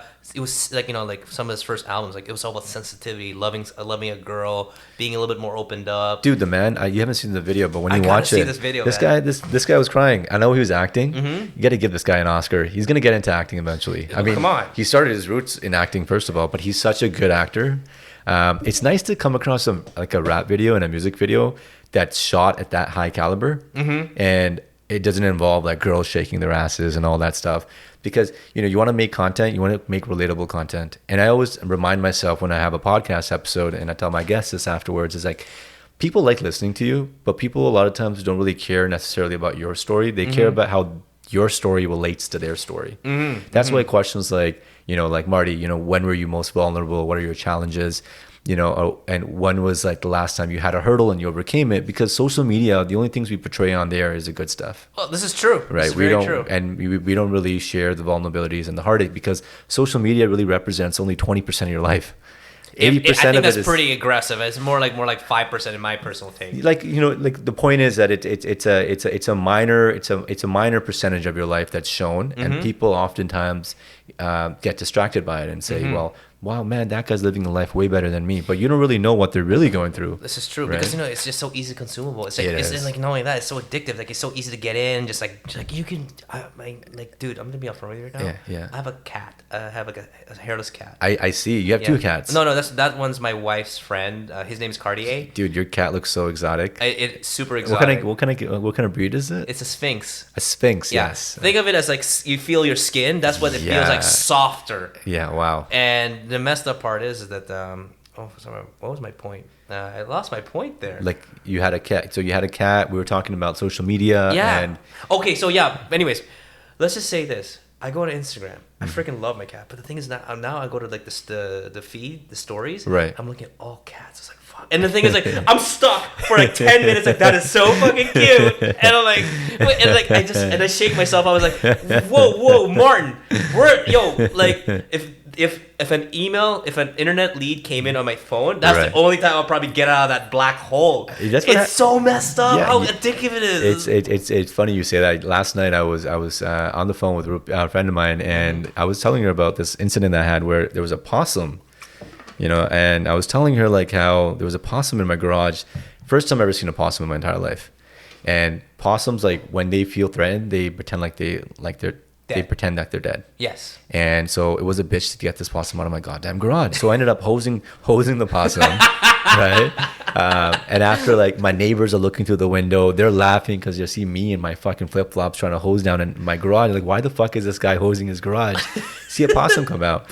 But it's funny because then she sent me a picture of another, because she started scrolling through endless pictures of possums, and eventually the point is like you get caught in, like, you can easily get caught and distracted. Yo, can you YouTube imagine? is a big one. No. Instagram is a big one. No, yeah, it's true. And no, imagine this, like, imagine you're a thirsty 14-year-old male. Yeah. Look, like, I'm looking at some Instagram pictures of women out there, Asian women or women in general. Right. Imagine you're 15, 14, like the kids, like they are stuck in that circle of like, oh my God, this girl's so hot, this girl's so hot. Yeah, yeah. Because that drive. Don't get me wrong. I think there's some beautiful women out there. I still check them out. Right. The fact of the matter is that if I'm that stuck on a cat, can you imagine someone whose hormones are raging and they're looking at girls or guys, or even guy like me, like, oh man, this girl's smoking hot. Like, damn, they didn't have this when I was like 22. I think even at a larger extent, like, there's endless distractions from anything, right? Kids nowadays, 14, 15-year-olds, of course, women being a big one, but like, there's so many other distractions right now on Instagram. And the fact that, like, going to school, I remember I used to go to the library and actually have to study. I actually have to read a textbook. Now everything is literally at the tip of your fingertips. Yeah. Sorry, fingertips, right? Yeah, you can even you can have Siri read the PDF file of the book so you can like do shit. You set up an iPhone. Oh, you need an iPhone tutorial. Boom, YouTube. Things that are like, if there's something I need to fix, for example, let's say, like anything, like let's say my microwave stops working, I can easily become now I'm a handyman. Exactly. Right? And going back to the AirPods and the books, like everything can be so downloaded in your brain. Right. But it all comes down to not what's out there, but what's from within, what you want to bring in. Right. Because, you got to understand, like, we only have 24 hours, and in that 24 hours, 8 of it's going to be used for sleep. Yeah. An hour probably is going to be used for personal time. Right. And the rest will be eaten away by the world. The further you are from the sun, the more hours there are in the day, right? So if you're living on Jupiter, you have like 36 or something like that hours a day. Really? Yeah. Damn, that's crazy. The point is, you're right. Absolutely. There's only 24 hours a day. We spend a quarter of it or a third of it sleeping. I mean, if you're good with 8 hours, I mean, some people need 10. 5. Yeah. I think sleep is so important at the end of the day. So important. I used to be like 4 or 5 hours at night before. Whoa, that's when crazy. I used to go to Fit Factory and I used to get up at 5:15 in the morning. I wouldn't be able to fall asleep until midnight. Really? Yeah, like 11:30 midnight. But then I had a biological alarm clock that was triggered to get up at 5:15. Are you still doing 5:15? Not anymore. I'm sleeping in now a little bit more longer, like 6:37, because now with the pandemic, now that I'm working from home, I have the flexibility to work out throughout the day. So Is it nice to be able to have a drink while you're working? It's nice, but man, I can't drink into work. I'm one of those. No, same here. I mean, I'll have a casual drink on a Friday, let's say, like a White Claw or a glass of wine. But I'm not like, I remember when the pandemic first struck, I'm like, fuck, I'm gonna get shit faced. But that didn't last long. That gets old real quick. Oh yeah, and for me it was a day. Oh man, for me it was a day. No, to me it's like I had multiple friends, so I'll visit them at multiple places. Yeah, I still see you got the Jenga there, so. Oh yeah, that's drunk Jenga. Yeah, we can play get off the bus if you want. I still remember that. Now, Marty, are there any last words? Anything else you want to... I mean, I'm grateful that we spent all this time. You allowed me to be part of your podcast. Yeah. Hopefully I brought enough I always to the feel like table. there's never enough time. It's been an hour and a half and we only scratched the surface. Like I said earlier, and like I emailed you or texted you on Instagram, hey man, are we good? Because can we do a little like maybe Saturday at least? Right. And it's like, wait, it's gonna be an hour. Like, okay, cool. Oh good. He's disciplined in the time. Yeah. I mean, we spilled over a little bit, but I think we all have a limited attention span. Unfortunately, as we get older, but also as the world kind of progresses, we're used to kind of information in a condensed form, whether it's tweets, whether it's headlines on Instagram. It's crazy to think that, man. Like, I don't feel like we live in a generation that reads. I try to read books as much as I can now, trying to exercise that, but I can see it being a challenge for some people, and I don't blame them. Oh no, don't get me wrong. I'm not an academic. If you can efficiently consume information in 120 characters, why not, right? No, and I think people should stop shitting on how like there's different ways of winning. Yeah. Yeah, like there's no one path to success. There's multiple paths to happiness. There's multiple paths to success. Just respect respect that person's process, and understand that your process is different from theirs. And once you get to that mentality, you'll be surprised how freeing your mind could be. Because Right. a lot of people do get into people's business just by default. Right. Not because they want to. It's just because we're kind of conditioned to say, hey, we should all have the same wavelength. Right. No. No. It's awkward because with the politics of Black Lives Matter, politics of transgender rights, politics of gay people's rights. I still remember when I come from a Catholic Filipino background. Right. Filipinos are the most loving people you'll know. Yeah. But you'll be surprised how homophobic they can be. Yeah. It's also where and it's also like there's a cultural barrier too, because they come from a world where there's a backward mentality and ideology, and I think that us as a generation of Canadians, even from immigrant families, we kind of have a responsibility to kind of bridge that gap. You know what I mean? So and open it up. Yeah. Because so I always check. I always check in people that come across as maybe not necessarily ignorant, but maybe lacking certain information, and I'll be like, hey, did you know this? Did you know that? Yeah. And likewise, there's maybe something I don't know, and I'll be like, hey, can you tell me a little bit more about this? Like Black Lives Matter is a perfect example. I attended most of the protests, but I wanted to attend because after reading up about all the stories and understanding systemic racism, I realized how much I lacked in terms of education and awareness, and how oblivious I was before. No, it's right? true, and it's I just don't want it to be like the Civil War or when there was a war in revolutions where you had to pick a side. I don't like that. I think people should respect people for living their lives, understanding the fact that they may not know and they don't want to be part of it, but they're empathetic to it. Right. And it's tough. It's tough, yeah. And we got this, no, if you're not part of this, we're canceling you. It's like, you can, however, I just don't think that's a very... It's not healthy, right? No, it's not. It's like, purebred dogs and cats are notorious to getting the most diseases, but the mixed ones are not, for one reason, because they have mixed breed. Okay. And the shortcomings of that mixed breed, the purebreds are being gapped by the mixed bred. Because do you understand what I'm saying? I see what you're saying. Yeah. So haven't you noticed some of the smoking people in the world are mixed? Interracial couples. Yeah. Because you know why? Their genes are healthy. They're taking the best from both nationalities and putting it together one person. Okay. Yeah, I mean, I don't know if that's scientifically been proven, but I know for a fact that for the most part, a lot of interracial people that I meet are couples, or like you're right, like biracial. They're pretty good looking. Yeah, and they tend to be usually I find like some of them are like just like man, like, damn, you're half what? You're Korean?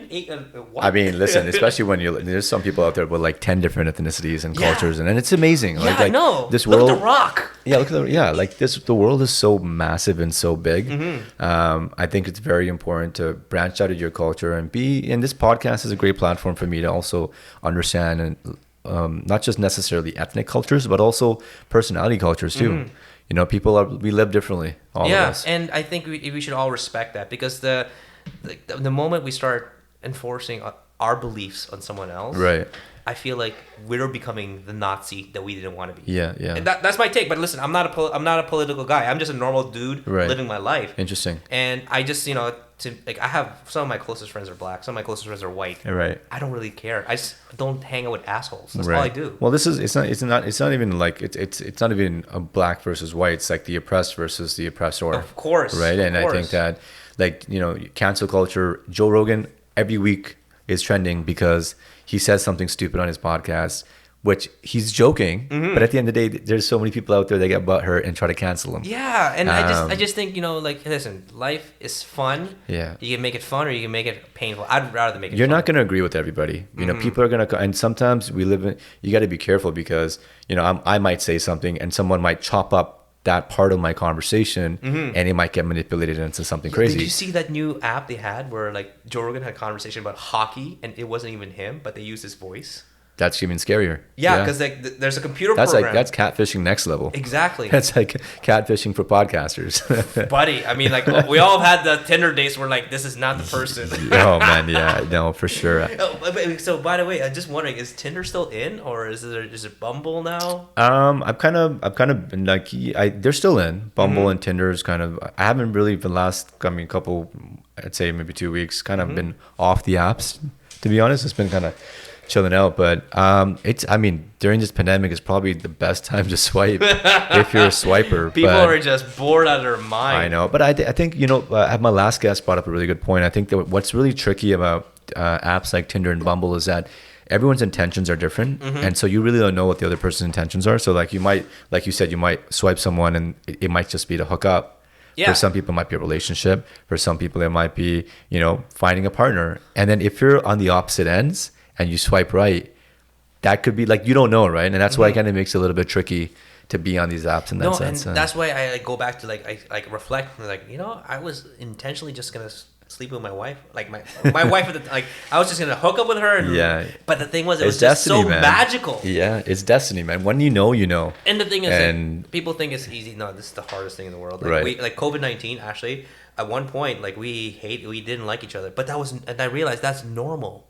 And the cool thing about that... Did you guys want to throw each other off the balcony? Because I've been hearing a lot of fights in my proximity of my condo. Oh, really? I have couples always fighting. No, my wife took a weekend off to her aunt in down the street from where we live, which was nice. I did miss her, but also I used that opportunity to reflect and ask myself, do I really want to stay in this marriage? And I said, yeah, I do. Yeah. All right, cool. Let's figure it out. If she wants to stay, then we're good. Right. And then she comes back, hey, how you doing? I'm good. You just need some space. Yeah. And the fucked up part was, we got stronger.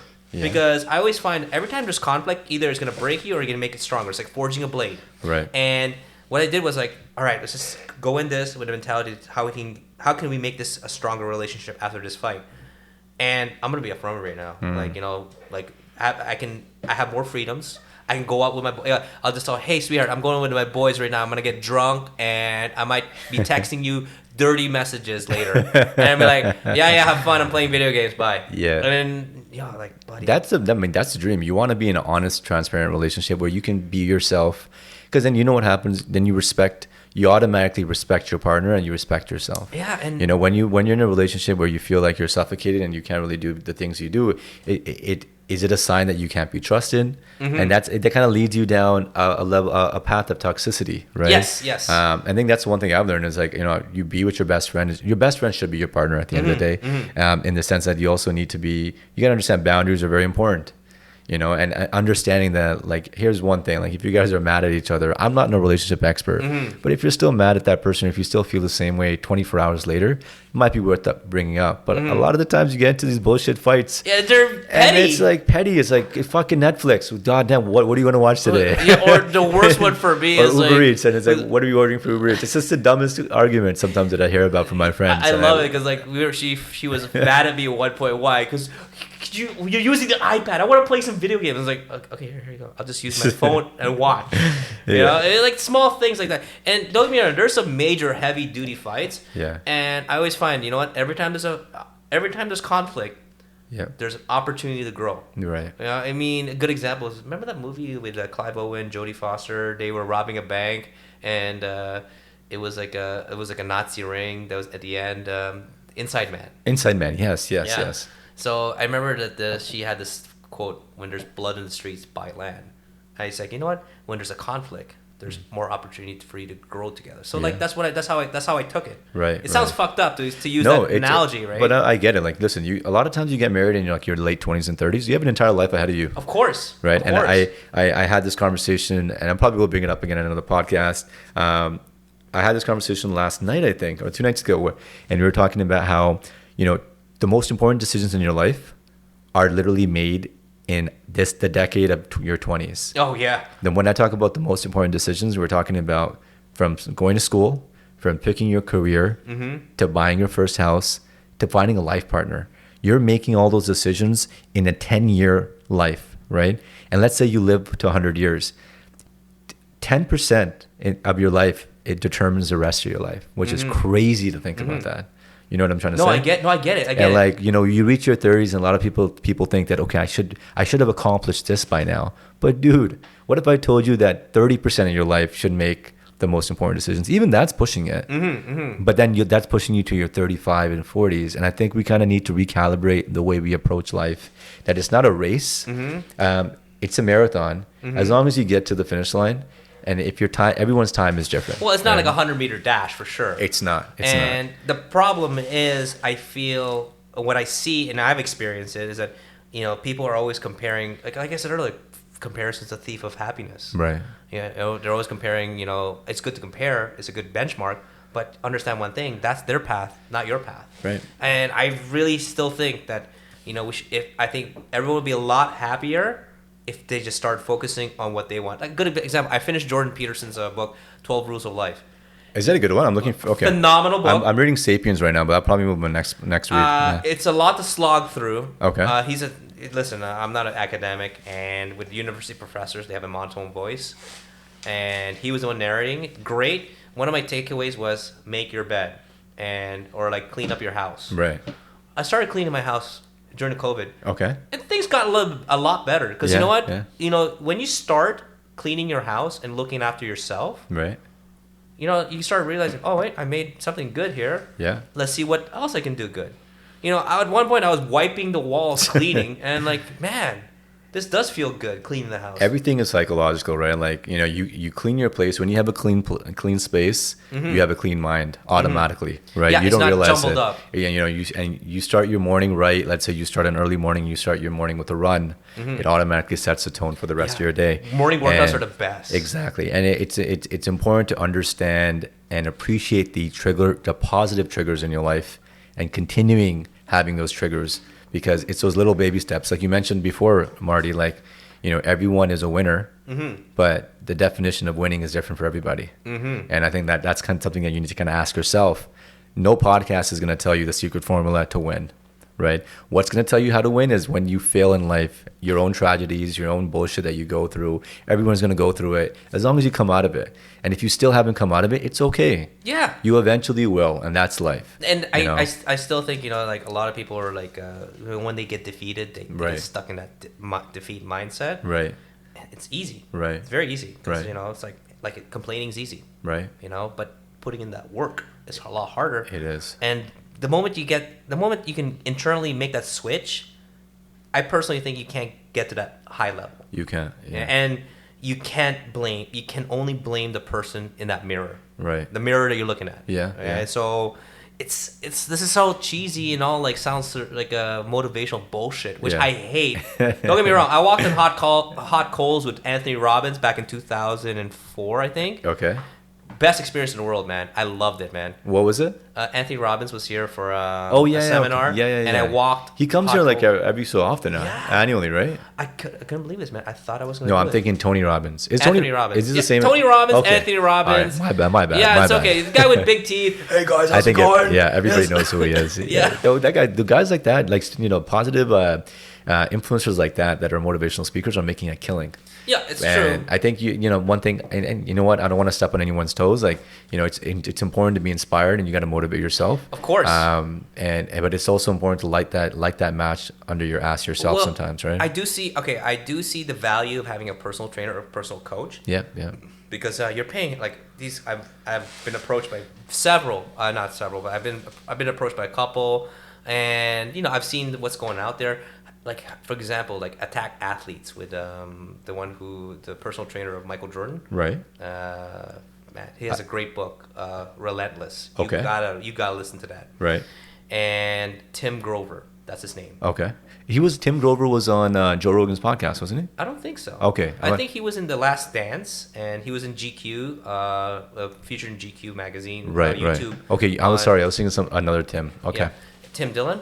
Tim Dillon as well. Yeah, he's a comedian. Nah, he's not a personal trainer. Wrong Tim. Tim. But back to my point was, like, you know, these consultants, these personal trainers, right? Even a personal trainer for, let's say, you know, hip flexors or cars, or, you know, just having someone to help you train better. Mm-hmm. They're not exactly cheap. They're like $75 a session, and you're gonna buy 10 sessions up front. Yeah. Now imagine you're paying that person a lot of money. So there's a lot of money involved there. So as a person who values money, I gotta maximize that investment. Right. And that's why I feel like, personal, like self-development coaches or personal training coaches are great. Yeah. There's a big barrier in terms of cap, but I know people who are high level lawyers. They have their own personal coach. And just I totally agree with you. Sorry, I absolutely get the idea of the importance, because just like a fitness trainer is good for your physical health, a wellness coach is very important sometimes. Even seeing a therapist for your mental health, and trying to changing the stigma amongst men and amongst our generation that it's okay to do that. I think that I look at health and fitness as an investment as well, and changing the way we think. It's okay to spend $140 at petty cash for maybe 4 rounds of tequila and maybe salad nachos, and a big hangover the next day. When you start looking at your gym membership, you start negotiating and be like, oh man, I don't know if I want to pay $220 a month, but then, or $290 or whatever it is. But you'd realize that it's actually an investment. It's not an expense. No, because it's not. Once you start building that routine into your life, everything else in your life gets better. Yes. Right. Yeah. And then nothing's more relaxing than after weights. My health and fitness has kept me so accountable. As much as 2020 has been a roller coaster of a year, man. I think now I'm looking back at it. There's been a lot of silver linings. It's probably been one of my better years, actually. And you know what? A practice in Stoicism is that since I was forced to be stayed home and like hustle, right, and not just like, listen, I'm gonna be upfront with you. Selling cars after 10 years is easy now for me. Yeah. Which is great, because now I can just hustle. The fact is that Stoicism, back to your point, we should have more of it, is that it allowed me to count my blessings, because part of Stoicism is you got to learn to go down a level, eat simple food, wear simple clothes. That's what I took from COVID-19 when I got laid off, because it made me appreciate more how easy my job is with my skill sets now. Right. Yeah, and simplicity, bro. Yeah. It doesn't matter how rich you are. This pandemic humbled a lot of people, because everyone was told you got to stay inside. So if you're someone with fucking 10 cars parked out in the driving lot, or you have an entire walk-in closet with Gucci, Louis V, and you can't even go outside to the clubbing district and stunt it, and then you start realizing, wait, what's really important to me? And now you're on Instagram Live, and you're realizing that, I'm a common Joe that's inside, but also the celebrities in Hollywood Hills are also inside. Exactly. It kind of reprioritizes that money isn't everything. No. At the end of the day. Yeah, and materialistic is not. It just comes down to what's within you. Right. It sounds we're going back. I feel like we're going back to circles, but it's just I want to get that point across that everything comes from within. Yeah. Yeah. You watch Westworld? Dude, I watched a couple episodes of first season. Yeah. And then for some reason, I couldn't finish it. Oh, I got to give it a shot. No, you gotta. I gotta watch it again. You gotta give it a shot, because that's the first season is bananas. Yeah. Because there's a point there. I was watching on cable like a lot. I could cable TV, so I like binging shows like that. So I definitely will give it a shot. Because Anthony Hopkins had this great monologue about Leonardo da Vinci's painting. Okay. I'm not gonna ruin for you, but it's back to what. No, just you can. Are you sure? Yeah. I don't know. Okay, fine. Don't ruin it for me. Don't ruin it for me. I'm gonna watch it. You gotta see it. I'm gonna watch it. It's a monologue. I'll watch it and I'll share it with all my listeners after. It's a monologue of the Leonardo da Vinci's painting of God touching a human. Okay. Like the fingers. Yeah, I've seen. I know what painting you're talking about. Yeah. And once he gets to that point, you cannot unsee it. Yeah. Oh man, I'm so excited for you. Marty, I'll hit you up. All right, man. But listen, Marty, it's been a pleasure, bro. Thank you for having me, man. Yeah, man. It's been, first of all, thanks for the pizzas. Yeah, anytime. Fucking Friday night, can't go wrong with pizzas, dude. So big shout out to you and Maker Pizza. But I appreciate you coming down. Any last words? Any final words before we wrap up? Just count our blessings and be grateful for what we have. I mean, our time is limited, and this can all be taken away tomorrow. So. Yeah. Maximize as much as you can and don't be an asshole. Yeah, and that's right. You banged it, right? I think you nailed it right in. You nailed it right there. I think for everybody else, guys, it's the weekend. We're 5 weeks away from summer. Make sure to try to get outdoors, capitalize whatever you can, the sunshine that we have, because get that vitamin D. Yeah, man. Because here's the thing, I'm not going back to work until next year. What? Yeah. Jesus. We got the email today, so we're not going to work until January 4th. So wow, you're working from home. This is gonna be my workspace for the next 4 months. Yo, you can do a podcast after you're done your work. Oh man, yeah. I gotta find boundaries in between too, but you're right, man. That's literally what I do. Yeah, and the thing is, I'm kind of blessed because car dealerships, yeah, nothing has changed much. Right. I still gotta show up. I Yeah. still gotta manage the Well, inventory. you got work tomorrow morning, right? Oh man, I can't wait! It's game fucking day, Saturday. You know, it's like For, I'm so excited for it. Yeah, and for anybody that needs an Audi, Audi or Midtown. actually, you know who to hit up. Add me on Instagram. It's at MartiSison. Perfect. That's my IG. I'll include your IG as well on magic. my posting. But thanks, brother. Appreciate problem, you. man. Yeah. All right, guys. I hope you guys have a great weekend. Peace. Thank you, Sonny. Peace.